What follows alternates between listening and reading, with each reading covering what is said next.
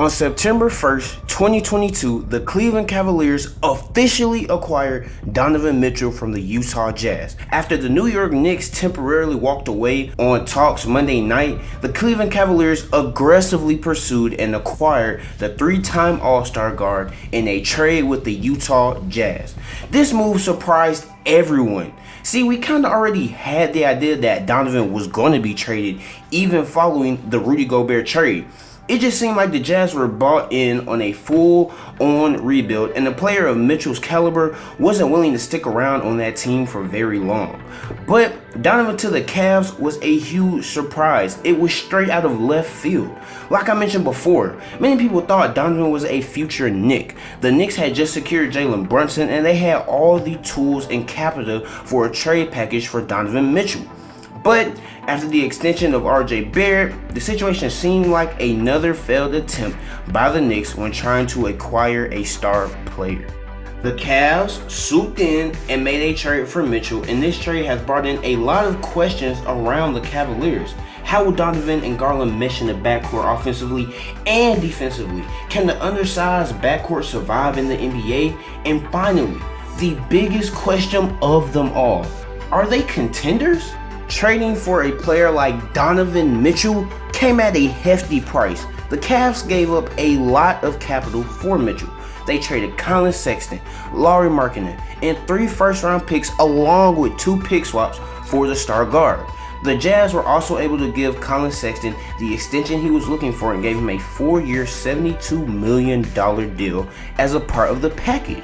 Now, I know everyone's here for Cleveland, but before I attack them, let's talk about what this trade does for Utah. Obviously, this marks the beginning of the Jazz's rebuilding stage. They have gathered a huge amount of draft capital and some nice young pieces as well. They have been able to flip Donovan Mitchell or Rudy Gobert for a crazy amount of capital, and they are setting themselves up for a real nice rebuild that could see them break into a level of contention that wasn't there with their previous rosters. But all of that is dependent on Danny Ainge and the rest of that front office. Now, that's all good for the Jazz, but that's not what we're here for. At the end of the day, we just have one question. What does this mean for the Cavs? The Cavs aren't new to shocking the world. Just recently, they debuted a 3-big lineup, something that was pretty transcending at this point in time, considering we're in such a pace and space era that has embraced the concept of small ball. But this lineup was amazing, contrary to popular belief beforehand, and was a huge reason for the Cavs' success this season. It helped them have a top defense in the NBA, and with a player like Darius Garland at the point, the offense ran smoothly as well. Up until injuries took them out at the end of the season, the Cavs had secured a playoff spot. Unfortunately for them though, injuries are a thing, and injuries hit the Cavs so hard at the end of the season, this playoff spot that they had secured ended up becoming a play-in spot. And in this play-in game, they would lose. Nonetheless, this is a very successful season. Nobody expected the Cavs to even sniff a play-in, and here they were at mid-season battling for a top playoff spot in the Eastern Conference. This rebuilding team quickly showcased its ability to challenge the best teams in the league very early on, and everybody was all in on the Cavs. And apparently, the front office was too, so much that they supercharged their rebuild when they traded for D. Mitch. This move is huge for Cleveland, and considering what they gave up, it looks like a steal. They only had to give up Lauri, who they traded for last year, but he was kind of expendable considering they have Isaac Okoro. OJ Abaji had never played a game with the team, so that was a huge loss either. And as for Collin Sexton, it was evident that he was on his way out. Ever since the emergence of Darius Garland, it seemed like Collin wasn't going to be a Cavalier for very long. So, when the Cavs delayed extending his contract, it was evident his time in Cleveland was coming to an end, and they were trying to get rid of him as soon as possible. Now, those 3 picks and 2 swaps were a huge give, but it was a good deal, especially when you consider what was given up for Rudy Gobert and DeJounte Murray. The Cavs were able to keep all of their core players and just added D. Mitch on top of this. And there is no doubt in my mind that he will be a huge boost to Cleveland, one that they really haven't had since LeBron left. This makes the Cavs a threat to every single team in the East, and a team that the entire NBA has to look out for. But just how good is this team? Now, with a move this big, some people have thrown around the term contender around this team. So, in order to determine this, we have to break this team down piece by piece, address some of the questions surrounding this team, and see how they stack up against the true contenders in the NBA today. Many issues have been brought up with this team since this trade has gone down. One of those being, how would Donovan and Garland splitting ball handling duties in the backcourt affect the Cavs and their success? This is no surprise, as this usually happens when talking about two high-level stars who have the ball in their hands a majority of the time. They did it with KD and Steph, they did it with Boogie and AD, Chris Paul and James Harden. So it makes perfect sense that this same thing would happen with Darius Garland and Donovan Mitchell. Now, even though some people are hesitant on this mesh, I honestly don't think Mitchell and Garland will experience much friction when it comes to splitting up ball handling duties, and I for sure don't think that it will have a negative effect on the Cavs. See, a big problem with the Cavs this past season was having a secondary scorer and shot creator outside of Garland. So, as you can imagine, this offense was stagnated a little bit, and some people might cite the struggles of Sexton and Garland, but I don't think this will be the same with Donovan. I mean, Donovan played with Michael Conley, and they were a very successful backcourt when they were together. And Garland is great with moving off the ball, and he has two of the best screeners in the game on his team. See, that leads me into my next point. They also have one of the best front courts in the entire NBA. Allen and Mobley shouldn't get in the way of the offense too much. Of course, there are some spacing issues, but these guys excel at initiating offense from the post, whether it be the high post or the low post. They can make plays all over the court. This really allows the Cavs to experiment a little on the offensive side of the ball and have some fun this season. Another huge advantage that Mitchell brings to the Cavs is his tremendous rim pressure.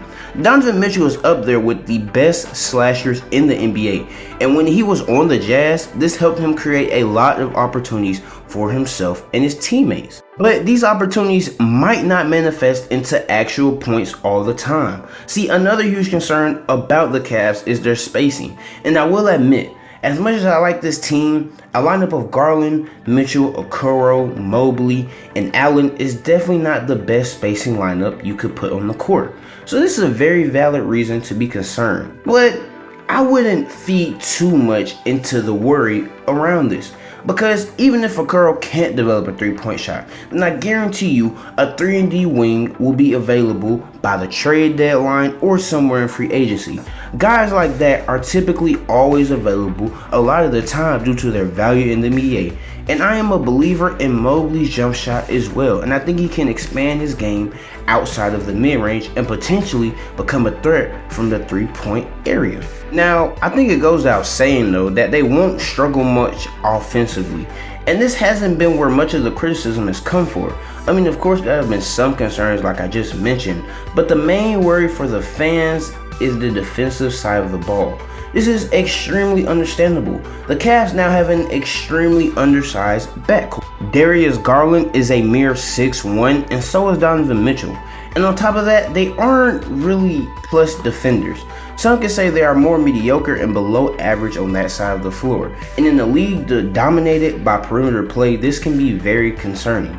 So everyone is asking the same question: how will they fare? Contrary to what some people have been saying, I don't think this will be as big of an issue. Why? Because behind those two, they have straight elite defensive players in the front court. Isaac Okoro has shown himself to be an elite defender in the league, and that's where he makes his mark, on the defensive side of the ball. And then behind him, they have Mobley and Allen locking down the paint. These three are phenomenal on the defensive side of the ball. Okoro, Mobley, and Allen had a defensive rating of 101.5 per 100 possessions this past season, which is 10.5 points better than league average. Mobley gives the Cavs the ability to guard multiple positions. Okoro has shown that he's a reliable perimeter defender, and Jarrett Allen was locked down in the paint this year. So the Cavs could make a defensive scheme that kind of forces players into that painted area. And with these pieces, I think they will have a solid defense this year as well, and this can make up for their less than ideal backcourt. So overall, this team should be good, but how do they stack up against the true contenders in the NBA at this current moment? Well, I don't think they're quite in that true contender tier yet. I don't even know if they're a top team in their own conference. They aren't better than the Bucks, the Sixers, the Celtics, or Miami. They might not even be better than Brooklyn. However, I do think they could surprise a lot of these teams and give them a run for their money. They have all the tools to, if need be, push a team in the playoffs to 7 games. But I don't think they are on the same tier of these teams just yet. But that's okay, because the Cavs are extremely young. Mitchell is the oldest player in their new core, and he's just 26. But for the Cavs to get better and reach that contention level, Isaac Okoro has to get better. Obviously, like I just finished saying, he's an amazing defender and has the potential to be one of the best defenders in the NBA. But offensively, he has struggled a lot. He lacks a reliable three-point shot, which is crucial to have in today's NBA, and he doesn't really offer much more on the offensive side of the ball. And this concerns me. Now, I know he shot 38% over the last half of the season, but it was only on 2 attempts per game. So if he can learn how to move off the ball, move in transition, and become an average shooter on 4 to 5 attempts per game, I'll be content with that. And I think that can make the Cavs very scary in the future. But that's just what I think. How do you guys feel? Based off everything I just said, are you convinced on the Cavs becoming a powerhouse and a title contender in the future? Or do you think this move doesn't help the Cavs as much and their lack of size in the backcourt will hinder them and will end up seeing them stagnate like how the Blazers did? Let me know how you feel in the comments. Don't forget to like, comment, and subscribe. And if you want to stay updated on all my content, turn on post notifications. And until next time, peace.